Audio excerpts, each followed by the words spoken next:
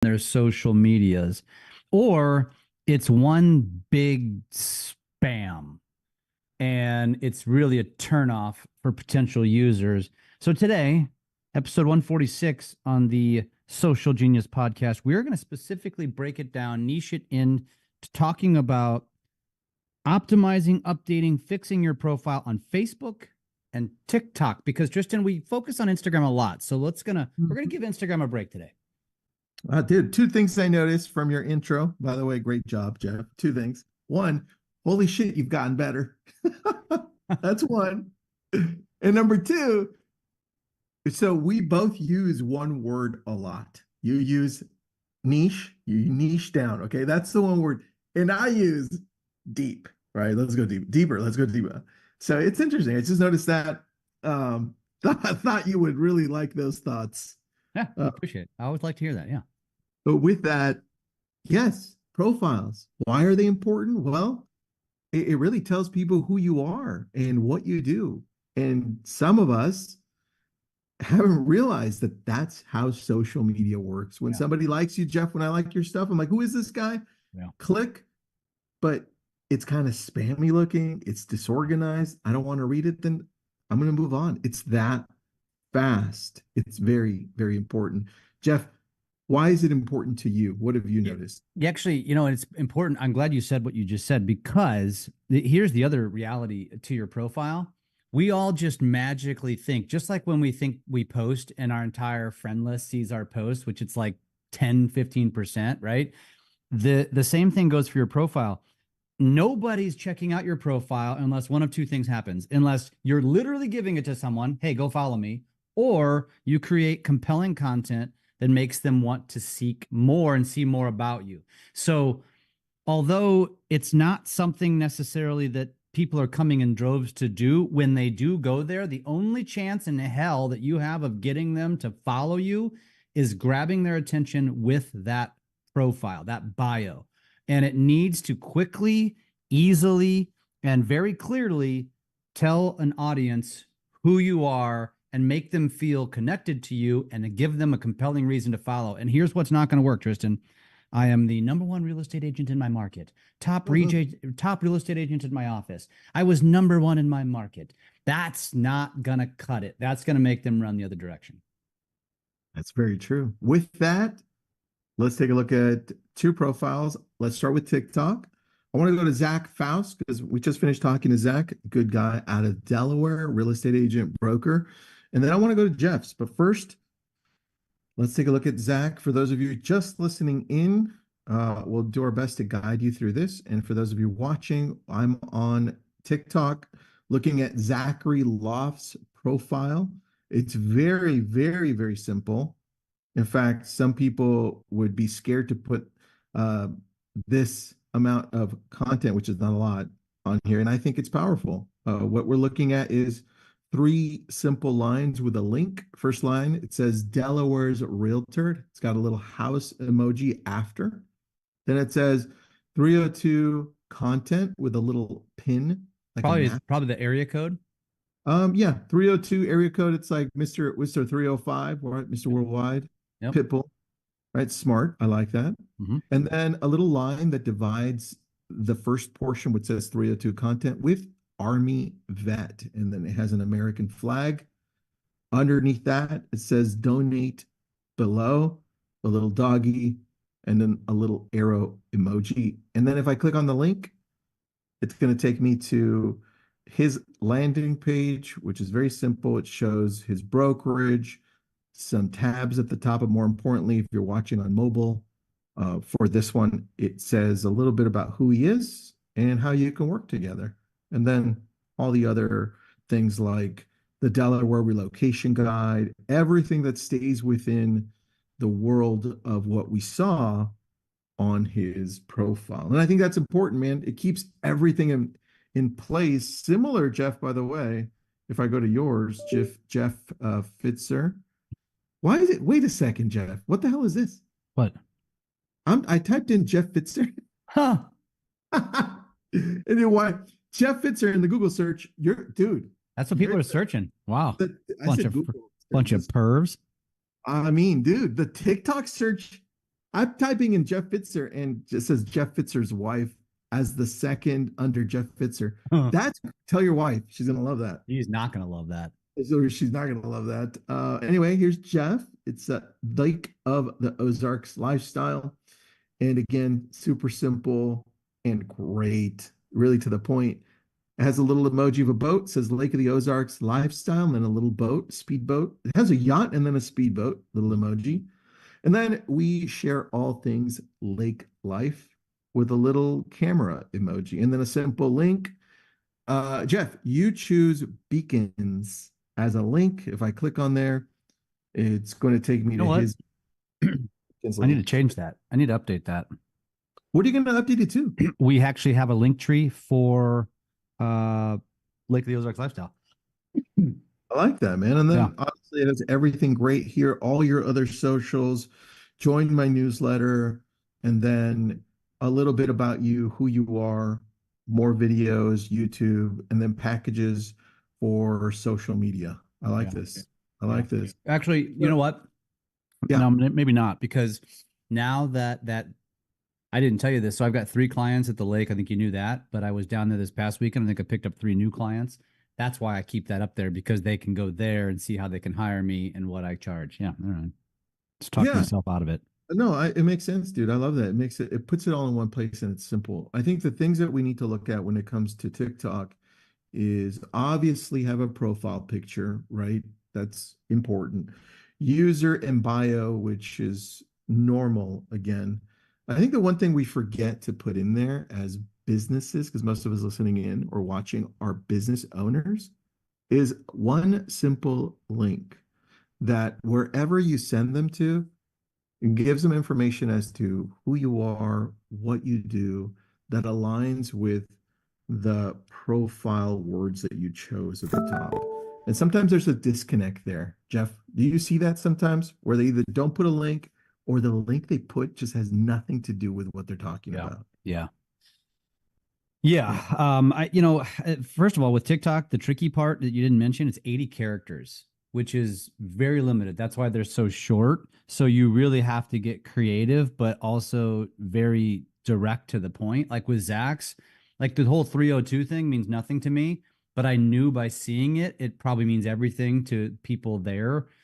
Just like if I used the 314, everybody knows it. Nobody would know except for St. Louisans, right? It means something to St. Louis. But I love how he did that. And with mine, I've tinkered with that a million times. And it's just like, how do I get this directly to the point when they go there? They're following me for Lake of the Ozarks. You know exactly what I'm going to give you. Follow. And that's really what you have to consider. I think when you're setting up your profile is not self-serving. So again, I'm the number one, real estate agent in my market, but what is it that's going to get a user to say, follow? That's it. That's what we're after here. Or the second thing, if they don't click the follow button immediately, the next thing they're going to do is scroll your feed. They're going to scroll down your grid and go down a rabbit hole, which is also a good thing. Because if they go, which is also something maybe we could talk about, which is setting up your grid to make sure that you have proper thumbnails so that it makes it easier for your audience, or I should say cover photo, not thumbnail, that it makes it easy for them to stock content and basically spend 30 minutes watching your videos.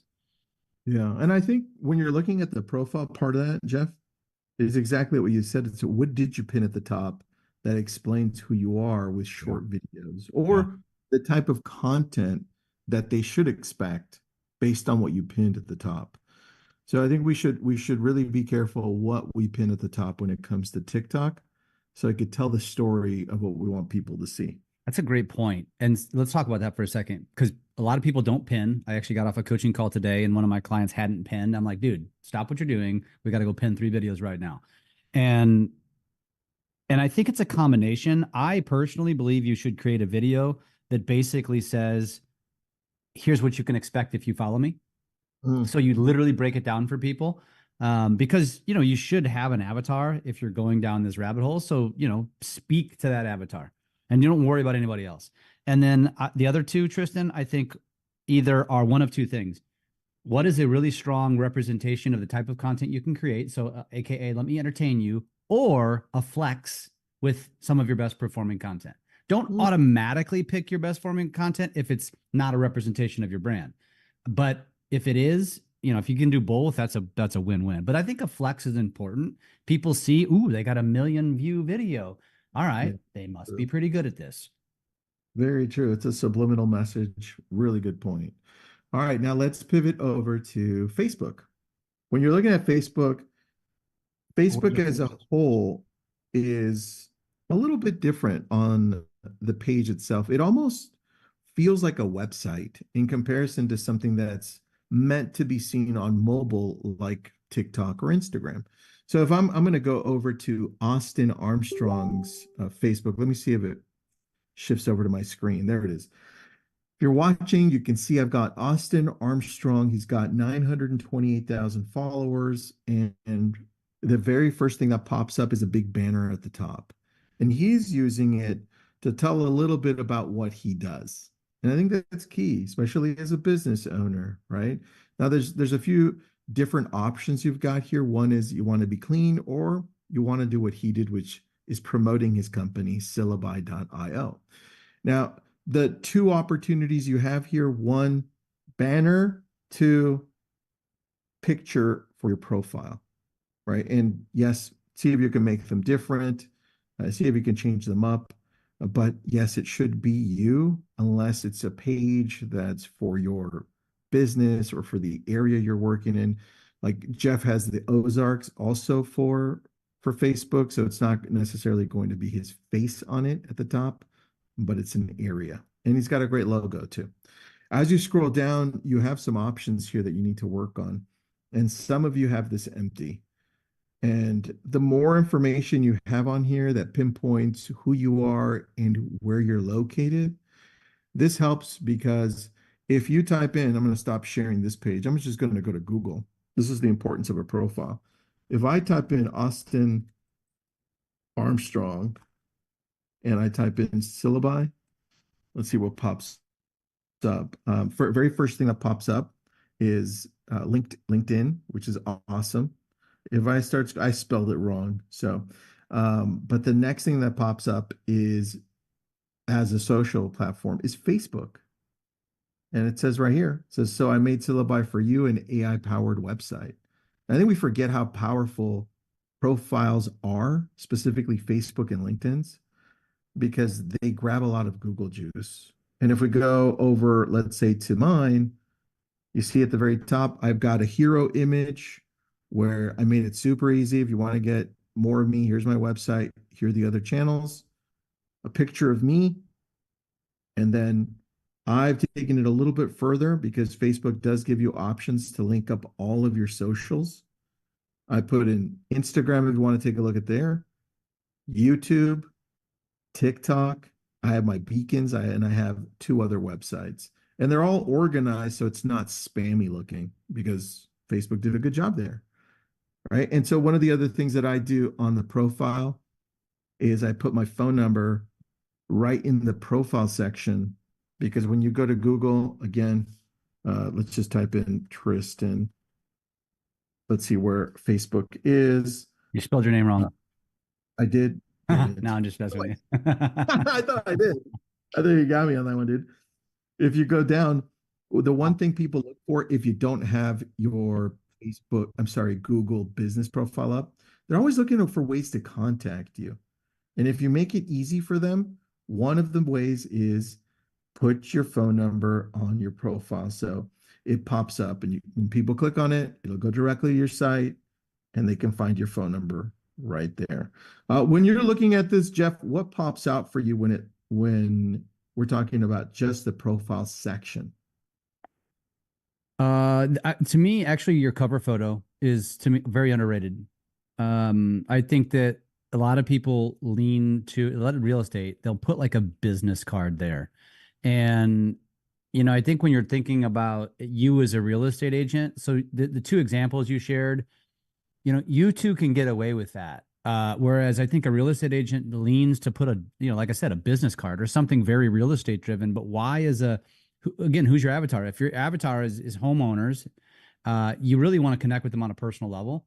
And I think leaning that way with a cover photo that has more authenticity in it is extremely important. I think the phone number is fascinating. I think a lot of people would be surprised by that because Facebook also, I think the Facebook bio is less important than it is on Instagram and TikTok because it's way more prevalent. Whereas on Facebook, I'm always thinking a lot like, what's right at the top? Like, where do my eyes go? Yeah. And I think my eyes go to the cover. Whereas on a bio, when you click on Instagram or TikTok, if you ever notice, especially on mobile, the profile is so small, it really is not impactful. That's why the bio, I think, is so important on both of those platforms. So it's different on each platform, but yeah, I think yours is a great example of what it needs to look like. But whenever I am teaching agents, I'm always telling them like you have to understand that with Tristan and I, our avatar is real estate agents. Yeah. So your avatar, unless you're recruiting, is not real estate agent. So you have to understand how to use what we're doing and apply it for what you're wanting to do, not mimic us. And so, I think that's important to point out, especially for real estate agents and loan officers. That's very true, man. And I think you made a really good distinction if we want to just include other social platforms.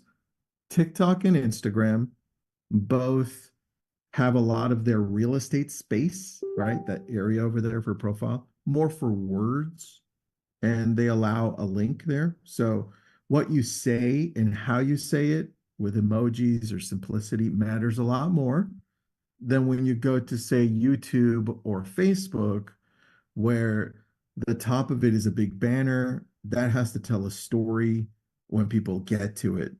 And Jeff, you made such a great point there. There is a distinction on both, on if we're looking at just Facebook and TikTok. But if we want to extend it, I think TikTok and Instagram and Facebook, YouTube, and LinkedIn, that's the separation.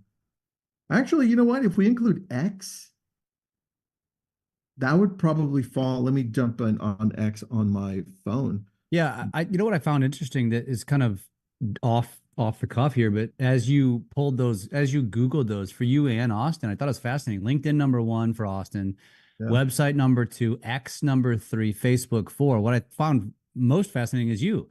Website, LinkedIn. So LinkedIn is incredibly important on Google. I'm telling you right now, that just tells me everything.